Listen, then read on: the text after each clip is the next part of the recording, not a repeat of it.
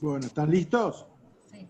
Bueno, yo lo presento. Estamos entonces ya con el rabino Abraham Levy, con un tema interesantísimo. Él es rabino de Beit Isaac Levy, Bet de Levitza. Belgrano. Beit Levi. Beit Levi Isaac, exacto, perdón. No es Él nada. es de Belgrano y tiene una trayectoria amplia con estos temas tan interesantes que tienen que ver con el alma, entre otros temas. Así que bienvenido, rabino, lo escuchamos atentamente. Bueno, perfecto. Bueno, vamos a ver. La primera pregunta de todo esto es, ¿cómo se define un alma? Si vamos a decir, si a cada uno de ustedes yo le pregunto, dígame qué es tu alma, ¿qué me van a decir? No es tan fácil definir un alma. ¿Mm? O sea, la persona va a empezar a decir, bueno, es algo muy superior, algo especial, va a tener problemas para definirlo. Pero en realidad no es tanto problema definir qué es un alma. El alma es la misma persona. Sos vos mismo. ¿Por qué? Porque vos pensás, razonás, vos sentís, eso es tu alma. Porque el pensamiento, el razonamiento es abstracto. El sentimiento es abstracto, son las fuerzas del alma. Entonces, eso es lo que sos realmente, porque vos vivís continuamente pensando, continuamente sintiendo. Entonces, eso se define como el alma de la persona, los sentimientos y el razonamiento, la inteligencia de la persona, que son las partes de las fuerzas del alma. El alma se divide en dos fuerzas, en dos partes fundamentales, que es la parte de la inteligencia y la parte de los sentimientos. Después hay divisiones, la parte de la inteligencia tiene 3 fuerzas, la parte de los sentimientos tiene 7 fuerzas. ¿Mm? Y esas fuerzas de sentimientos se van combinando y va saliendo una ensalada de todos estos sentimientos en cada persona, y cada persona es distinto, no es igual. Porque hay personas que tienen más de un sentimiento que otro, entonces de esa forma va saliendo. Ahora, nosotros vemos que el yudí tiene 2 almas, no tiene una sola. ¿Cuántas almas puede entrar en un cuerpo? ¿Puede entrar más de un alma? Sí, tenemos 2 almas, pero puede haber más de 2 almas. Puede entrar hasta 3 almas en un cuerpo. Pero generalmente nosotros tenemos 2. Una es un alma que tiende al mundo material. Es espiritual, pero tendiente a las cosas materiales. Y otra es un alma totalmente espiritual. Entonces, ¿por qué acá Akadosh nos puso 2 almas en vez de una? ¿Por qué hizo eso? Lo que pasa es lo siguiente, el cuerpo es totalmente material. Y el alma más elevada es totalmente espiritual. Entonces, conexión entre ese alma tan elevada y el cuerpo no es posible, porque son completamente opuestas. Entonces, tiene que haber un alma en el medio, que ese alma es espiritual, pero también tiene tendencias hacia el mundo material. Entonces, ese alma se agarra del cuerpo y la otra alma, que es la espiritual, la más elevada, se mete dentro del alma que se agarró en el cuerpo. En consecuencia, nosotros somos como una cebolla, cuerpo, alma animal, que es el alma que está agarrada al cuerpo, y el alma divina, que es la más elevada, que está dentro del alma animal. Y así estamos formados. Por eso mismo, vamos a ver una cosa, una persona estudia algo espiritual y le encanta. Terminó el shiur de que estudió, salió afuera, quedó agarrado por las cosas del mundo. Ya está. Lo que tuvo, se olvidó de lo que estudió, pero entonces dice, pero como tanto me gustó lo que estudié y ahora de repente el mundo ya me atrapó, me sacó, ¿cómo puede ser tan rápido? Bueno, justamente es porque en el momento que estudió, en ese momento, que estudió cosas espirituales, el alma que se reveló más que nada es la alma más elevada. Pero el momento que salió al mundo, empieza a funcionar el otro alma y se tapa el alma más elevada. Consecuencia, la persona se ve agarrado por las cosas del mundo y en otro momento se ve agarrado por lo espiritual.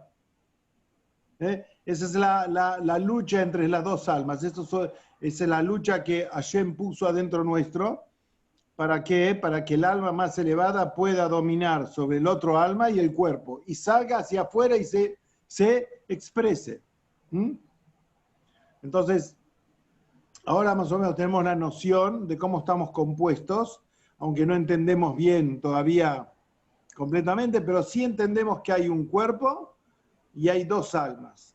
Ahora, cada parte del cuerpo fue hecha en una forma perfecta, de una forma tal que cada parte del cuerpo tiene relación con una parte del alma. Por ejemplo, el cerebro es una parte del cuerpo donde ahí solamente puede ir la fuerza del alma, que es la inteligencia. Ahí no van los sentimientos van en otro lado del cuerpo. O sea que Akadosh Baruj Hu hizo el cuerpo de una forma tal perfecta, tan exacta, que cada una de las partes del cuerpo tiene que ver con una parte del alma de la persona. Por ejemplo, los ojos que hay, los ojos son los que ven. En realidad los ojos no son los que ven, los ojos son el recipiente por el cual la fuerza de la vista del alma sale y ve. ¿Por qué? ¿Quién tiene la fuerza de la vista? El alma. Lo único que a través del ojo el alma ve. Pero ahora, ¿qué vamos a ver? Vamos a ver algo muy interesante. Si un alma está fuera de un cuerpo, ¿qué es lo que ve? ¿Cómo ve un alma fuera de un cuerpo? Nosotros estando dentro del cuerpo, nuestra vista puede abarcar 180 grados más. No más de 180 grados. La parte de atrás no la vemos. Un alma fuera del cuerpo ve 360 grados. Ve para todos los lados. La fuerza de la vista es hacia todas las direcciones. Entonces, ¿qué es lo que pasa? Cuando el alma entra en el cuerpo limita al alma. Entonces ahora la vista que sale por el ojo ya no es con la misma intensidad como era la vista cuando el alma estaba fuera del cuerpo. Tanto es así que cuando la vista del alma entra en el ojo, entonces lo que nosotros vemos es el mundo material. El ojo limita la vista para que pueda ver solo el mundo material. En cambio, cuando el alma está fuera del cuerpo, ¿qué ve el alma? El mundo material, el mundo espiritual. Lo mismo pasa con la inteligencia del alma. La inteligencia del alma, antes de meterse en el cerebro, es mucho más increíble y mucho más grande que cuando se mete en el cerebro. O sea que cuando hay experiencias hoy en día, por ejemplo, que gente que tuvo muerte clínica y regresó de esa muerte clínica, y ellos cuentan lo que ellos vieron. Y hay una historia de una persona israelí que se hizo, hoy es un rabino, pero en el momento que a él le pasó, tuvo una muerte, donde dentro de un taxi. Iba con una mujer dentro del taxi, se murió, de ahí se vio él separado de su cuerpo. Se vio que salió del cuerpo, él veía abajo, veía su cuerpo, y veía dentro del taxi, veía el cuerpo de la chica, todo ahí, y él estaba afuera. Entonces él explicó en un video que él hizo, qué es lo que él vio estando fuera del cuerpo. Dice que en primera instancia era como el taxi iba viajando y el alma es como si estuviera arriba del taxi y él veía todo. De repente miró un edificio, dice cuando miró el edificio es como lo miró transparente. Y no solamente transparente, él entendía todo lo que estaban pensando toda la gente del edificio, inclusive él sentía todos los sentimientos de toda la gente. Entonces quiere decir que un alma fuera de un cuerpo percibe de una forma que nosotros no podemos imaginarnos estando en este mundo.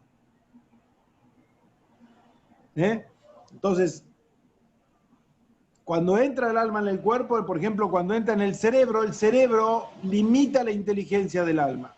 Entonces ahora nosotros podemos entender cosas mundanas de este mundo material y las cosas espirituales no las entendemos, de tal forma que si nos dicen a nosotros cómo es un mundo espiritual,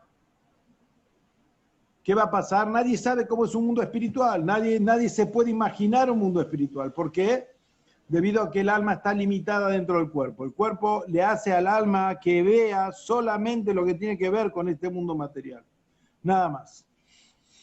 ¿Y por qué es de esta forma? ¿Por qué Akadosh Baruj Hu hizo de esta forma? ¿Por qué nos limitó de esta forma? ¿Por qué nosotros no podemos ver, estando en este mundo, todo ese mundo tan grande y maravilloso, espiritual, que si la persona lo viera, cambiaría todo su visión de toda la existencia? ¿Por qué? ¿Por qué no podemos tener eso? Bueno, una de las cosas que provocó que no haya una cosa de esa fue el pecado del primer hombre. Cuando antes de que el hombre primero pecara, comiera del árbol de la sabiduría del bien y del mal, su visión era impresionante. Él tenía su cuerpo, también no era un cuerpo material como el que tenemos nosotros, sino que era un cuerpo mucho más sutil. O sea que a través de su cuerpo podía percibir todo tipo de cosas espirituales. En el momento que él come del árbol de la sabiduría del bien y del mal, que no es solamente comer de un árbol, sino que es entrar en contacto con las fuerzas de la oscuridad, que es las fuerzas del lado del mal. Entonces eso empezaron a ocultar. De ese momento él perdió toda su fuerza y quedó metido en el mundo material, en una oscuridad terrible, que no podía salir de esa oscuridad de ninguna forma. Él no sabía dónde estaba, del nivel que tenía, donde llegó, estaba en un nivel totalmente bajo, que no sabía cómo dirigirse en el mundo de este material, hasta que Hashem le hizo una bondad, mandó a un ángel en especial, Raziel Malach, ese ángel le entregó un libro al primer hombre, que con ese libro el hombre empezó a poder captar de vuelta algunas cosas espirituales y volverse y salirse de la oscuridad. Pero que, a pesar de que pudo salir, igualmente quedó. Si alguien quiere hacer una pregunta, me avisa y yo le contesto. ¿Algo? A ver. Siento como que alguien tiene prendido un micrófono, si pueden desmutar, porque mutearlo, perdón, ponerlo en silencio, hoy estoy... Bueno, después vamos a hacer preguntas. Ahora vamos a seguir así. Después cuando dentro de un rato vamos a seguir, después explicamos, después si alguien quiere hacer preguntas vamos a hacer que haga. Bueno, entonces ese ángel le dio un libro que hoy existe, ese libro, se llama el Sefer Raziel Malach. Es un libro, si alguno de ustedes supiera hebreo y quisiera leerlo, no se entiende nada de nada, porque es tan profundo, que no está al alcance de nuestro entendimiento prácticamente. Y con ese libro, con esas enseñanzas, el primer hombre pudo empezar a conectarse otra vez un poco con la luz.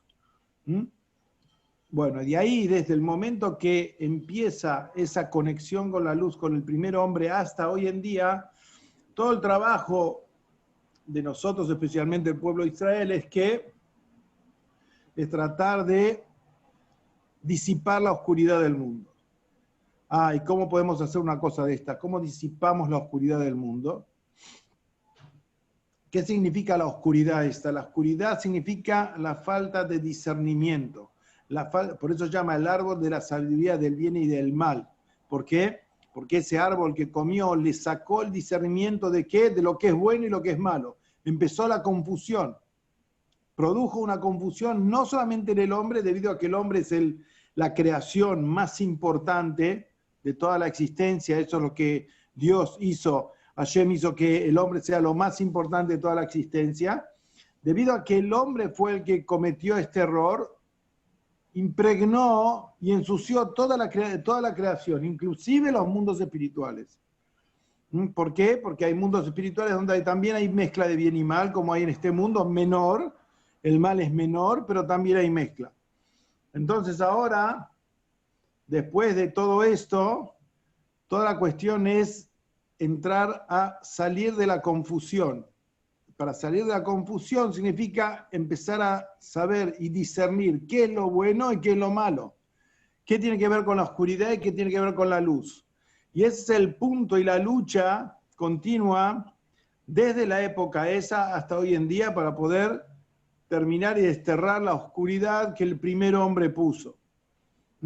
Entonces, debido a eso, debido a que en realidad nosotros también hoy en día tenemos la fuerza de la oscuridad frente a nosotros, aunque eso, o dentro de nosotros también, una de las consecuencias de esas es la muerte. La muerte, si el hombre no hubiera pecado, no hubiera muerto nunca, no hubiera habido muerte en el mundo. O sea que la muerte es el hecho de que la persona deja de estar en este mundo, que es su cuerpo, su alma sigue existiendo, pues el alma es infinita, y esa muerte que lleva a que no se,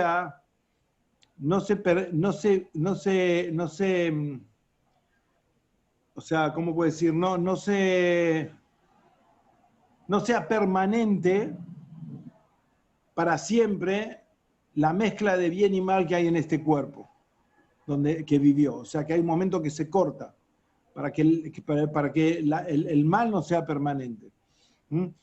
Dice que acá hay una cosa muy interesante. Dice que cuando el primer hombre pecó, Hashem inmediatamente lo sacó del paraíso. Dice, ¿por qué lo sacó del paraíso? Lo hubiera dejado ahí también, para que vivan ahí. ¿Por qué lo sacó? Dice, lo sacó por algo especial. En el paraíso había el árbol de la sabiduría del bien y el mal y el árbol de la vida. El árbol de la vida, o sea, todo esto es en representación. La sabiduría de la vida, lo que es el árbol de la vida, era un árbol tal que si el hombre que comió del árbol de la sabiduría del bien y del mal, hubiera comido el árbol de la vida, hubiera hecho eterno el mal. ¿Por qué? Porque del árbol de la vida se puede conseguir la vida eterna. Entonces, para que el hombre no coma de ese árbol después que pecó y no haga el mal eterno, el Creador lo sacó del paraíso inmediatamente y lo puso en el mundo, como está hoy en día, para que viva y luche para poder sacar la oscuridad del mundo hasta hoy en día. ¿Y dónde está el paraíso hoy en día? ¿Existe el paraíso ese? ¿Está en algún lugar? ¿Dónde está ese paraíso donde estuvo el primer hombre? Exactamente, sí existe. Está en este mundo. Hay un paraíso terrenal que existe hasta hoy en día, pero están cerradas las puertas. Nadie puede entrar. ¿Cómo las puertas de ese paraíso están cerradas? Esas puertas están cerradas a través de ángeles. Ángeles que tienen formas de campos. ¿Cómo puede ser un ángel en forma de campo? Quiere decir que, ¿qué va a pasar? Debido a que ese ángel tiene forma de campo, la persona va a ver campos y va a caminar por esos campos, nunca va a encontrar la entrada al lugar este. ¿Por qué? Porque está completamente tapado de una forma que nadie pueda entrar, a menos que tenga la orden divina de poder entrar. Porque si vamos a ver la historia, hubo sabios, si uno mira y estudia, hubo sabios que también pudieron ingresar al paraíso en otros tiempos, pero no es la mayoría de las personas, son personas especiales que pudieron hacerlo porque a Kadosh Hu le permitió. O sea que hoy mismo tenemos un paraíso terrenal y hay paraíso espiritual. ¿Cuántos paraísos espirituales hay? Hay 2 paraísos espirituales. ¿Dónde están estos paraísos espirituales? Están en 2 mundos espirituales y esos son los lugares donde viven las almas. En esos paraísos espirituales viven las almas antes de entrar al cuerpo. ¿Por qué 2 paraísos? Porque hay niveles de alma. Hay almas que viven en un paraíso más alto, hay almas que viven en un paraíso más bajo. ¿Cómo es o cómo ellas viven ahí? ¿Cómo es todo ese lugar? Nadie puede llegar a imaginarse hasta que un alma no llega a ese lugar y y vive en ese lugar. Cuando el alma sale del cuerpo empieza a ver todo esto. Antes que salga del cuerpo no puede ver, no puede mirar ninguna de las posibilidades que nosotros estamos hablando ahora. ¿Mm?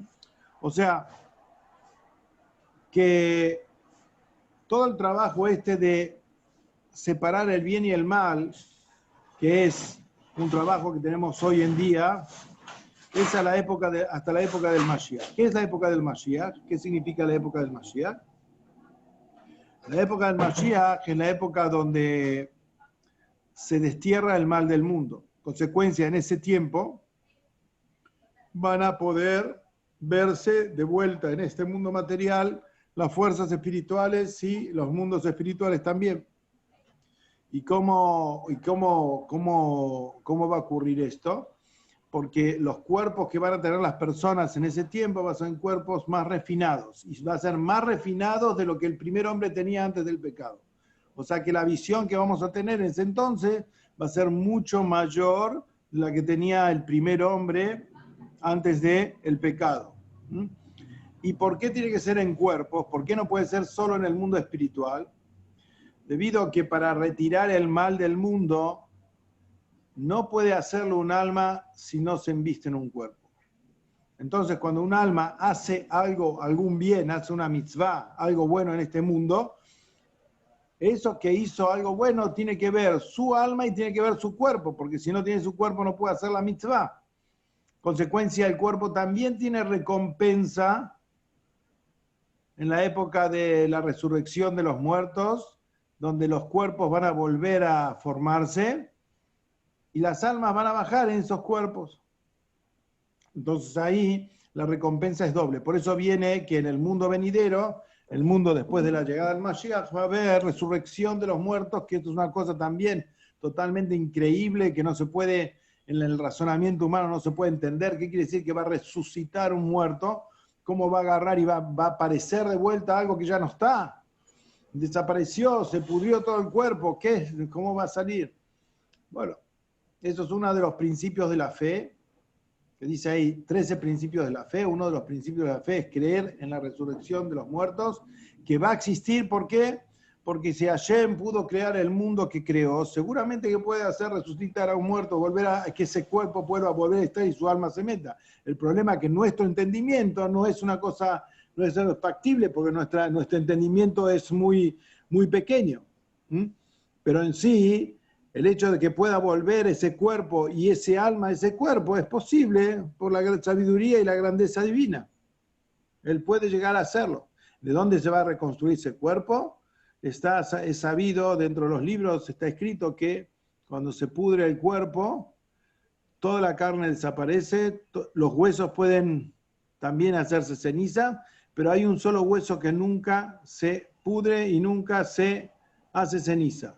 Ese hueso único es como la semilla de la cual se da reintegrar todo el cuerpo en los tiempos de Tejiat Hametim. O sea, cada uno, ¿dónde se van a formar los cuerpos de vuelta? Dice, las escrituras dicen que los cuerpos van a viajar de una forma milagrosa, o sea, ese hueso que quedó, o lo que sea del cuerpo que quedó, va a viajar en forma milagrosa por túneles debajo de la tierra, cosas que no podemos entender tampoco, y van a resucitar en la tierra de Israel. Esa resurrección va a ser en la tierra de Israel, y ellos van a vivir en ese lugar eternamente. Ya va a haber otra vida, otra forma, otra cabeza, otra inteligencia, va a ser completamente distinto de lo que hay hoy en día.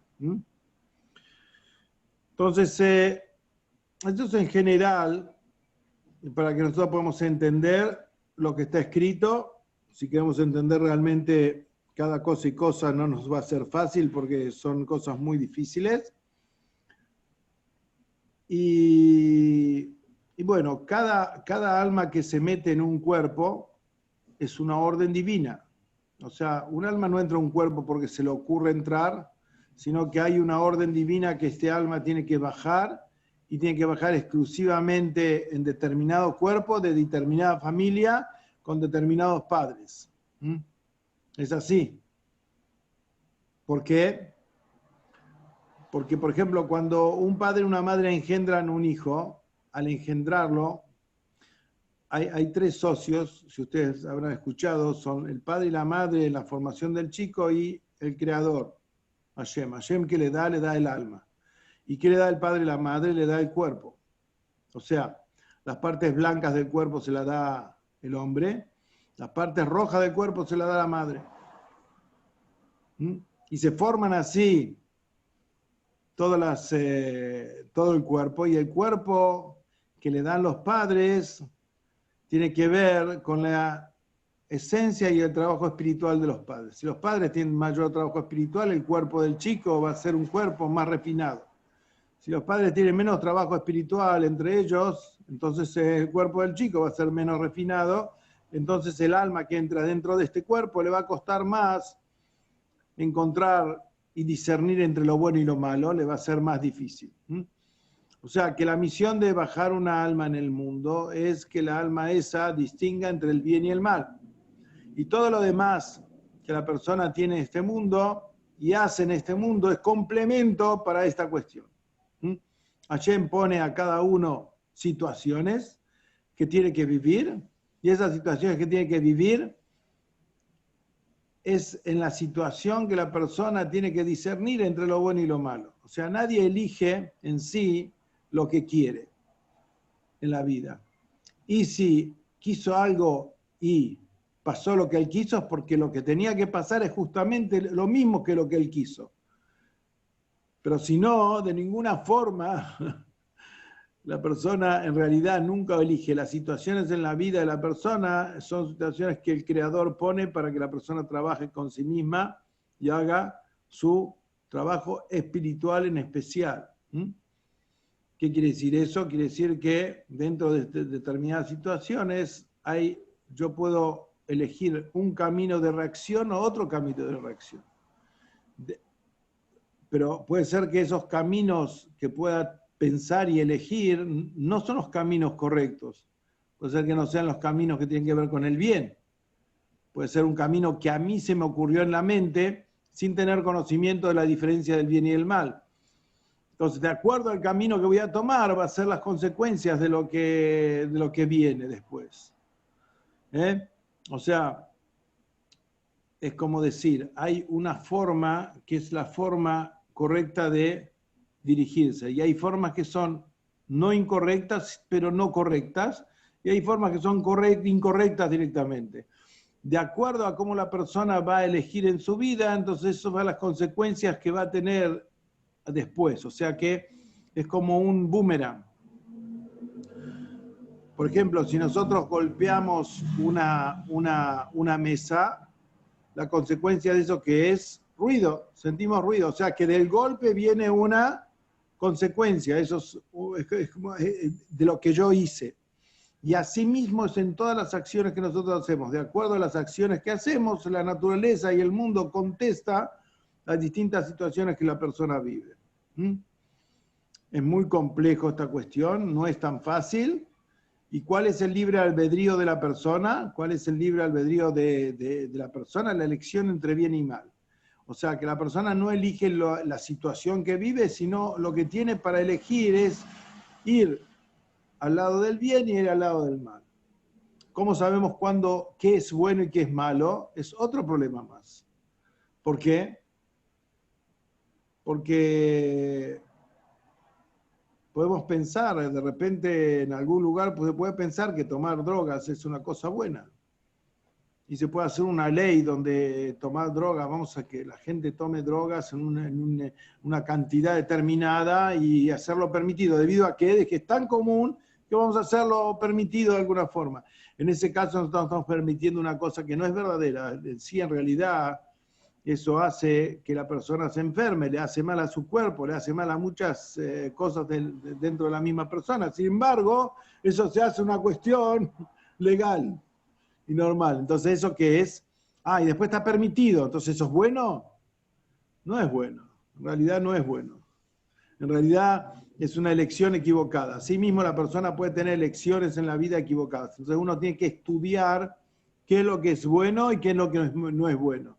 Una vez que estudia, uno puede poder discernir, decir, esta situación tiene que ver con la parte buena y esta no. Entonces puedo discernir, saber qué tengo que tomar en cada situación. Bueno,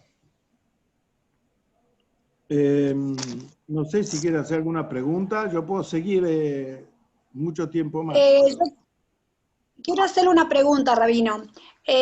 Con respecto al tema que usted dice, el libre albedrío. El libre albedrío, en realidad, nosotros decimos, bueno, yo tengo el libre albedrío para ir para acá, para ir para allá, para tomar esta cosa, para hacer la otra. La gente generalmente confunde libre albedrío muchas veces con libertinaje.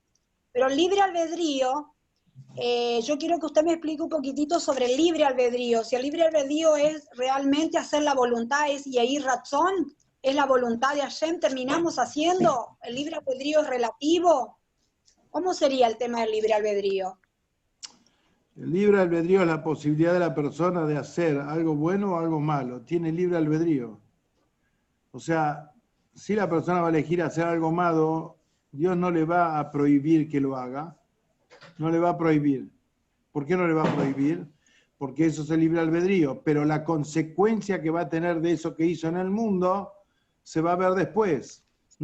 O sea, el libre albedrío es la posibilidad de ir de un camino o al otro. Yo tengo que saber, como dijimos recién, qué es lo bueno y qué es lo malo para eso. Entonces ahí puedo saber qué elegir, pero esa elección la dio el Creador a la persona y el Creador no interviene en la decisión de la persona. A pesar que el Creador puede saber de todo lo que viene, en el momento que la persona elige, es una elección propia de la persona. Es como decir, hay un ejemplo muy interesante sobre esto. Por ejemplo, si una persona tiene un perro en su casa y está con un amigo conversando y entonces le dice, mira, ahora vas a ver, dentro de un ratito se para y se va y se sienta allá. Y esperan un ratito, el perro va, se para y se sienta donde dijo la otra persona. Ahora, la persona sabía lo que iba a hacer el perro, pero el perro hizo lo que él quiso hacer. O sea, él se hizo todo lo que él hizo fue independiente de lo que la persona sabía. Lo mismo pasa con el Creador. El Creador sabe todo lo que va a pasar, pero al mismo tiempo, en el rango nuestro, tenemos la posibilidad de la elección hacia un lado y otro. Pero para eso la persona tiene que entender claramente qué es bueno y qué es malo. ¿De dónde va a entender? Solamente de una sabiduría divina. No puede entender de otro lado. La sabiduría del mundo, la sabiduría humana, no va a discernir entre lo bueno y lo malo. En cambio, la sabiduría divina es eso lo que, digamos que, es como decir, Dios nos tiró una soga que el cielo nos dio una sabiduría divina, donde en esa sabiduría nosotros podemos distinguir entre bien y mal, y ahí nuestra elección es verdadera. Gracias, Rabino. Y la Neshama cuando baja en los cuerpos, cuando la Neshama baja en un cuerpo, usted dice que la Neshama baja con una misión, que ya es, ¿no es cierto?, algo que viene del Creador.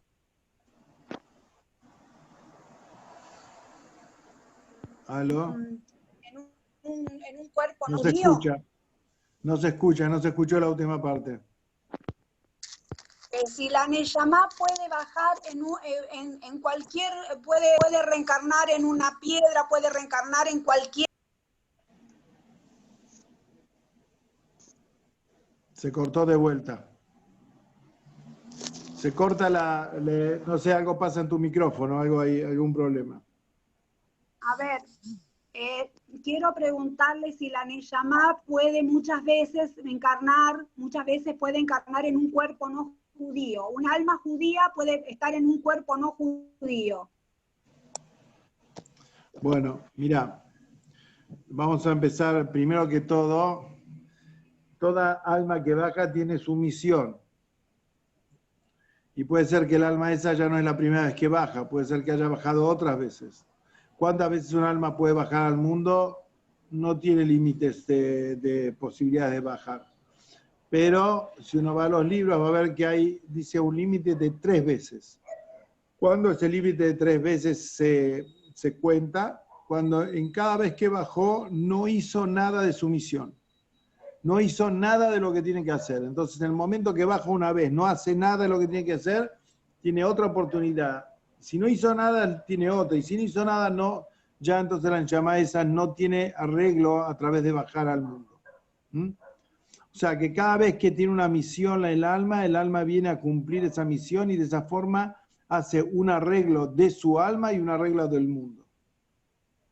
O sea, se reencarna varias veces para poder lograr ese arreglo que tiene que hacer, que a veces cuando una llama baja por primera vez, es posible que no pueda terminar de cumplir su misión también. Puede ser que haga una parte y otra parte no, entonces tiene que bajar de vuelta para seguir cumpliendo esa parte. Y puede ser que no, que también haya hecho cosas que no tiene que hacer, entonces tiene que volver para arreglar estas cosas y todo lo que tiene en su vida es a propósito, es para esa cosa. Por ejemplo, hay una historia muy interesante del Baal Shem Tov, que una vez dijo a uno de sus alumnos que vaya a la orilla de un río y se esconda ahí cerca y espere ahí y mire lo que pasa. Y bueno, y así fue, este alumno fue ahí, se escondió en un lugar que nadie lo vea. De repente vio que llegó un rey con un caballo muy lindo, todo muy bien vestido y todo. Y entonces se paró, salió, bajó del caballo y dio de tomar al caballo agua, tomó el agua y bueno, después agarró, subió y se fue. Pero en el momento que se fue, se cayó el caballo tenía colgado, se cayó una bolsa. Y en esa bolsa, en ese saco que se cayó, había un montón de monedas de oro. Al rato vino otra persona, fue a tomar agua, de repente encontró la bolsa llena de monedas de oro, la abrió contento, feliz, se fue, millonario. Pasó un rato más, vino otra persona, un señor mayor, se sentó, estaba cansado, se sentó y se puso a dormir ahí al lado del río. De repente el rey se da cuenta que le faltan las monedas de oro, vuelve al lugar. Cuando llega al lugar, ve al hombre durmiendo, lo despierta, le dice, ¿dónde está la bolsa con las monedas de oro? El hombre dice, no sé qué monedas de oro me estás hablando, dice. Si no me decís dónde están, te mato. Pero yo no tengo nada que ver, nunca tuve monedas, no sé qué me está hablando. Te doy una oportunidad, me decís o te mato. No, pero yo no hice nada, agarró la espada, lo mató. Entonces el alumno vio todo esto, se fue a su maestro, el Baal Shem Tov, le dijo que es injusto esto. ¿Cómo puede pasar una cosa así? El hombre este no tenía ninguna moneda, el otro se lo llevó las monedas, ¿por qué lo mató? Entonces el Baal Shem Tov le dijo, mira, te voy a explicar. Y le explicó otra escena en otra vida anterior. Entonces iba un hijo y su padre en el bosque caminando. De repente vino un ladrón, agarró el hijo, salió corriendo, el ladrón fue, mató al padre, se llevó lo que tenía y el hijo quedó huérfano. Entonces el Baal Shem Tov le dijo, mirá, ese ladrón que mató al padre es el alma de la persona que estaba acostado durmiendo al lado del río. El rey es el alma del padre. Y el que vino y se llevó el dinero es el alma del hijo que quedó huérfano. Entonces ahora, el padre vengó la muerte a través de que mata al que fue ladrón en la otra época, y el hijo pasó a ser rico y se hizo el arreglo de que fue huérfano y pobre en otra vida. O sea, las situaciones que hay en el mundo y lo que pasa tienen que ver con relación a otras vidas también, muchas veces. Y como en el caso de esta historia, se puede ver que hay relación entre una cosa y otra. Y a veces los arreglos que la persona tiene que venir al mundo, tiene que hacer en el mundo por cuestiones de otra vida, tiene que ver muchísimo con las situaciones que vive.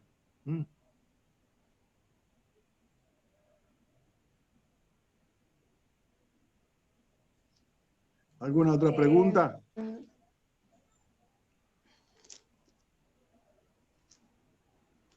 Está muy claro. Interesante todo lo que viene hablando, Rabino. Muy claro cómo el alma, cómo el alma se va desarrollando cuando está dentro del cuerpo y cuando está afuera. Muy claro todo. Ujú. Bueno, hay otra cosa.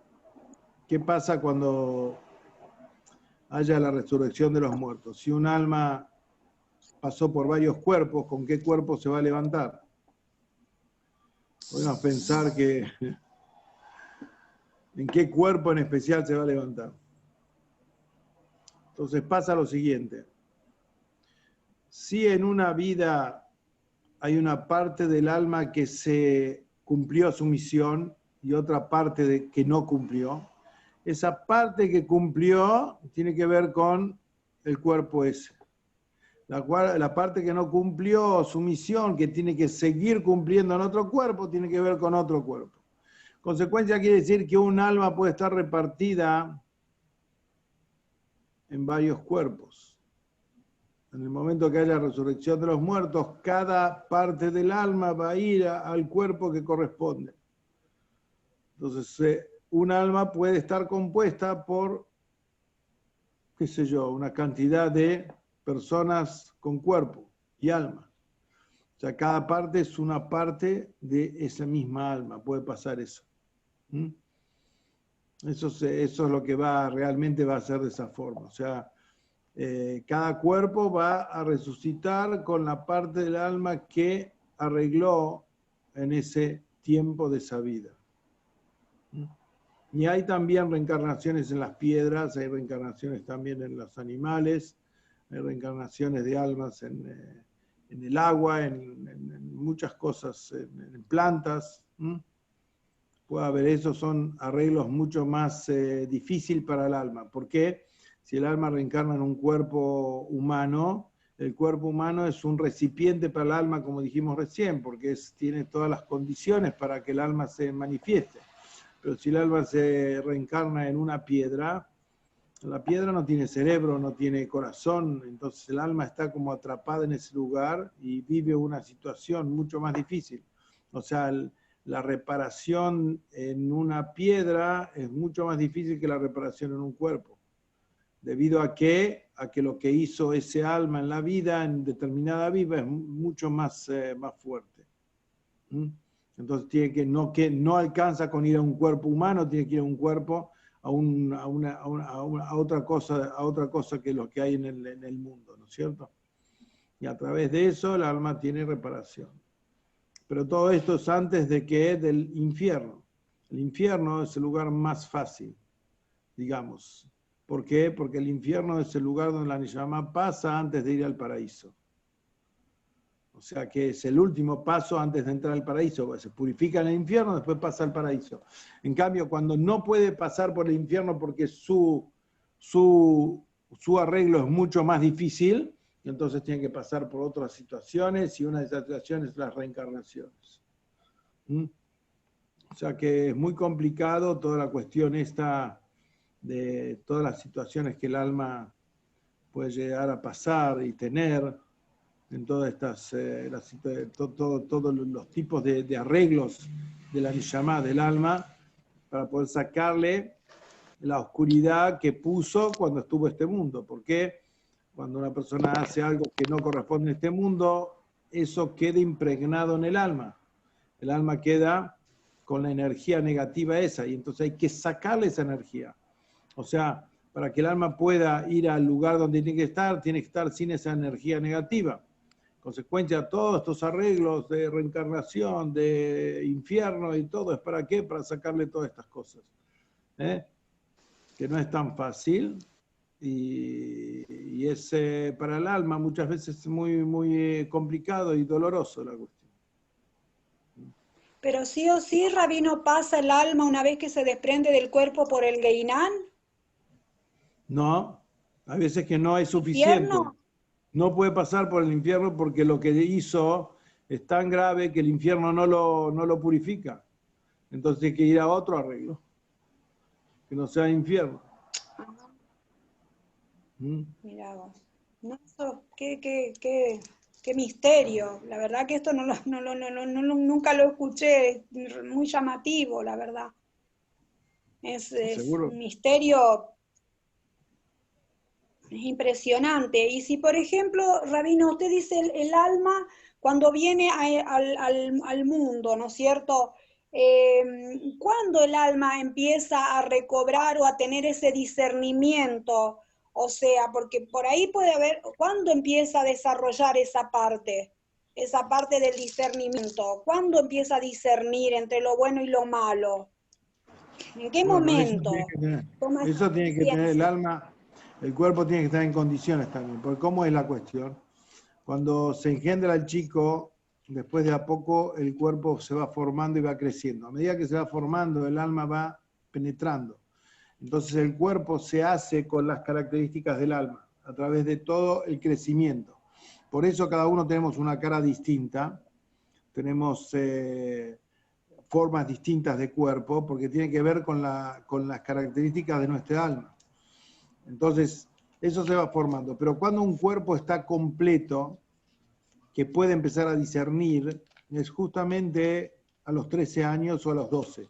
12 en una mujer y 13 en un hombre. Y en ese momento es el momento en que la posibilidad de discernimiento es posible. Por eso, un chico que no hace una mitzvah o no hace una cosa que se le exige, no tiene ningún problema. ¿Por qué? Porque el chico no tiene discernimiento. Entonces, a partir de los 3 y los 12 se empieza todo el discernimiento, pero cuando se completa el cuerpo, el discernimiento puede ser de los 12 o los 13 en adelante, pero cuando el cuerpo termina de estar completo en su máximo, con todo como tiene que ser, es a los 20 años. A los 20 años el cuerpo está completo. Pero Ahí la hay capacidad una de pregunta. discernimiento, sí. Hay Sí. una pregunta, dice Miriam, Shalom Rabino, yo quiero preguntar, ¿qué relación hay entre el alma y las enfermedades? Muy buena pregunta, muy buena pregunta. Esa relación impresionante. Impresionante la relación que hay. ¿Por qué? Vamos a decir una cosa. ¿Qué quiere decir entender? Entender es algo espiritual, ¿no es cierto? ¿Cómo una persona entiende algo? Una persona entiende a través de que para entender algo tiene que agarrar un concepto, dividirlo en partes, ir entendiendo cada partecita, después los une y entiende todo. Ah, ya lo entendí. Así es como es lo que hace el entendimiento. Entonces, por ejemplo, tenemos que la sangre hace algo muy parecido. Por ejemplo, la sangre, ¿qué es lo que agarra? Agarra todas las partes, se divide todo el alimento en partes chiquititas y la sangre divide y manda todas las vitaminas de todos los alimentos a todos lados. Es como más o menos lo que hace la sangre tiene que ver con lo que hace uno cuando entiende algo. Tiene relación. O sea, cuando una persona no entiende bien, provoca problemas en la sangre. O sea, el discernimiento de la persona de distintas situaciones, cómo lo entiende y cómo vive eso, si su entendimiento de la situación no fue como tiene que ser, eso puede provocar problemas en la sangre de distintos tipos. Entonces, hay mala circulación, hay otras cosas, y así mismo con cada fuerza espiritual del alma. Por ejemplo, si una persona no sabe poner límites en su vida, eso provoca, por ejemplo, la sangre es limitada por las venas. Entonces, la parte espiritual de no saber poner límites provoca presión en la sangre. Y provoca que de repente la persona empieza a tener presión alta, presión baja. Eso tiene que ver con ¿qué? Con la falta en la parte espiritual de poder poner límites en la parte de la vida espiritual, cómo tomar cada situación. O sea que cada fuerza del alma tiene que ver con una situación y algo especial en el cuerpo, y de acuerdo a cómo es la armonía de la persona en la parte espiritual, va a ser la armonía del cuerpo. A menos que el cuerpo tenga un problema, alguna falla que venga de fábrica. Si el cuerpo vino fallado de fábrica, entonces es otra cosa.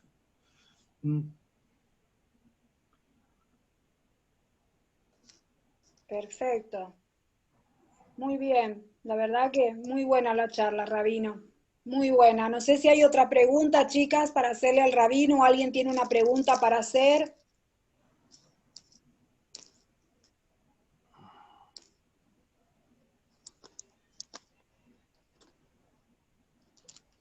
Se ve que no sé si quiere seguir un poquito más o ya está. Muy buena la charla. La verdad que hoy, la verdad que me fui cerciorando de más cosas y la verdad que me gustó mucho, Rabino. La verdad que le agradezco. Muchísimas gracias por esta charla tan instructiva, tan así reveladora sería, ¿no? Porque la verdad que uno no imagina lo que tiene dentro del cuerpo y cómo el alma funciona y qué pasa con el alma después que se desprende del cuerpo. Así que muchísimas gracias. Lo importante de esto,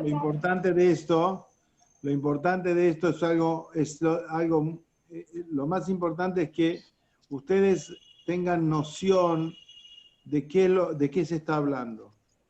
O sea, es muy importante en la vida de la persona todo lo que hablamos, aunque sean cosas profundas, pero son las cosas que están dentro de nosotros cotidianamente.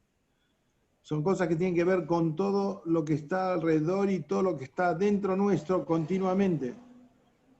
Y la persona tiene que tomar conciencia de eso para poder vivir en forma armónica y verdadera, como corresponde.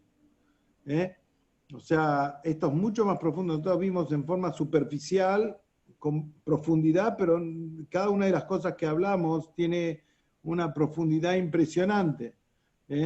Pero por lo menos que la persona pueda captar y darse cuenta qué es vida verdadera. Ese es el punto.